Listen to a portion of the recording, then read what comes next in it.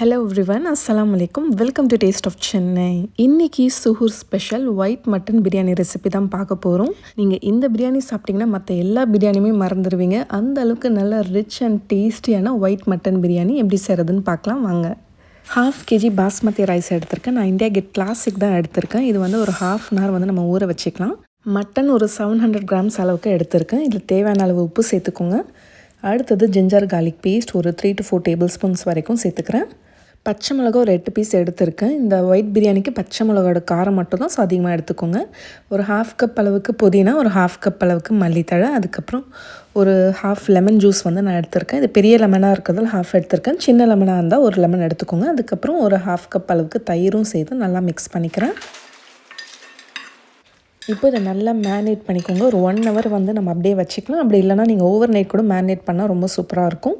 இப்போது 3 வெங்காயம் எடுத்து ஸ்லைஸ் பண்ணிக்கிறேன். இது ஒயிட் பிரியாணின்றதால வெங்காயம் வந்து அந்தளவுக்கு நிறைய சேர்க்க தேவையில்ல. ஜஸ்ட் ஒரு 3 ஆனியன் இருந்தாலே போதும்.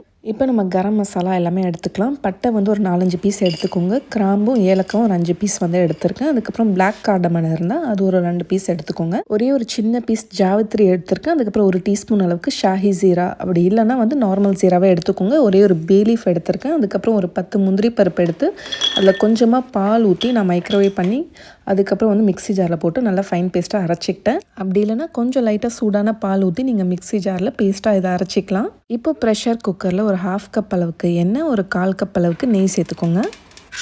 எண்ணெய் நல்லா சூடானதுக்கப்புறமா இப்போ நம்ம எடுத்து வச்சுருக்க கரம் மசாலா எல்லாமே சேர்த்துக்கலாம். அடுத்தது நம்ம கட் பண்ணி வச்சுருக்க வெங்காயம் சேர்த்துக்கோங்க. கலர் ஆனால் ரொம்ப சேஞ்ச் ஆகக்கூடாது, நல்லா வதங்கணும். ஆனால் கலர் வந்து ரொம்ப சேஞ்ச் ஆகக்கூடாது. இப்போ நம்ம நெய்ச்சோறுக்கெலாம் வதக்குவோம் இல்லையா, அந்த மாதிரி வந்து வதக்கிக்கணும். வெங்காயம் ஓரளவுக்கு நல்லா பிங்கிஷ் கலர் வந்ததுக்கப்புறமா இப்போ நம்ம மேரினேட் பண்ணி வச்சுருக்க மட்டனையும் சேர்த்து நல்லா ஒரு 10 நிமிஷத்துக்கு இந்த ஆயிலே நல்லா வந்து ஃப்ரை பண்ணுங்கள். இப்போ 1 டீஸ்பூன் அளவுக்கு வெள்ளை மிளகு தூள் வந்து சேர்த்துக்கிறேன். அடுத்தது 1 டீஸ்பூன் அளவுக்கு பிரியாணி மசாலா. எப்படி அரைக்கணும்னு சொல்லிட்டு நம்ம சேனலே ஆல்ரெடி வீடியோ போட்டிருக்கோம். அப்படி இல்லைனா உங்கள்கிட்ட என்ன பிராண்ட் இருக்கோ அது நீங்கள் யூஸ் பண்ணிக்கோங்க. அடுத்தது நம்ம அரைச்ச அந்த முந்திரி பருப்பு பேஸ்ட்டும் நான் சேர்த்து நல்லா மிக்ஸ் பண்ணிக்கிறேன். அடுத்தது 1/4 cup அளவுக்கு க்ரீமும் நான் வந்து சேர்த்துக்கிறேன். ஃப்ரெஷ் க்ரீம், குக்கிங் க்ரீம் எது வேணாலும் சேர்த்துக்கோங்க. இது இல்லைனா கூட பரவாயில்ல. அப்படி இல்லைனா வீட்டில் பால் ஏடு இருந்தால் அதை கூட நீங்கள் அரைச்சி கொஞ்சமாக சேர்த்துக்கோங்க. இப்போ மட்டன் வேக வைக்கிறதுக்காக ஜஸ்ட் ஒரே ஒரு கப் வந்து நான் தண்ணி சேர்த்துக்கிறேன். ரொம்ப தண்ணி வந்து அதிகமாக சேர்க்க தேவையில்ல.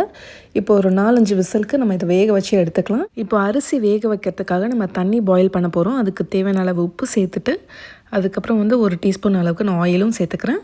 இப்போ நம்ம ஊற வச்ச பாஸ்மதி ரைஸும் சேர்த்துக்கலாம். இது கரெக்டாக ஒரு 3 to 4 minutes பாயில் ஆனாலே போதும். இப்போ குக்கரில் ப்ரெஷர்லாம் ரிலீஸ் ஆனதுக்கப்புறமா ஓப்பன் பண்ணி பாருங்கள். மட்டனில் இன்னும் கொஞ்சம் தண்ணி இருந்தால் அது திரும்ப வத்துற வரைக்கும் திரும்ப வந்து ஆன் பண்ணிடலாம்.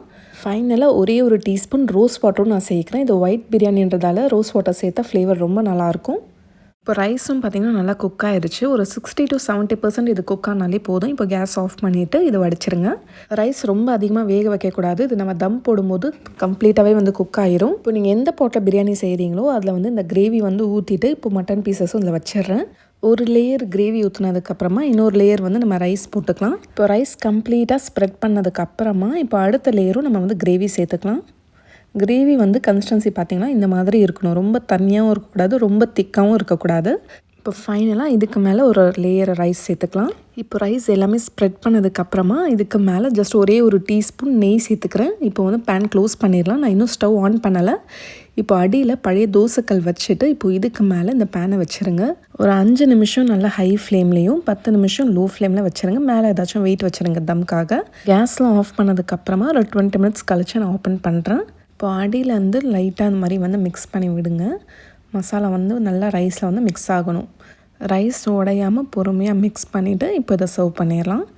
இது வரைக்கும் நீங்கள் சாப்பிடாத ஒரு டேஸ்ட்டில் தான் இந்த பிரியாணி வந்து இருக்கும். ரொம்ப மைல்டான ஃப்ளேவரில் நல்லா ரிச் டேஸ்ட்டில் இருக்கும். அதுவும் சஹர் டைமில் இந்த ஒயிட் பிரியாணி சாப்பிட்றதுக்கு அவ்வளோ டேஸ்டியாக இருக்கும். இது மஸ்ட்டு ட்ரை.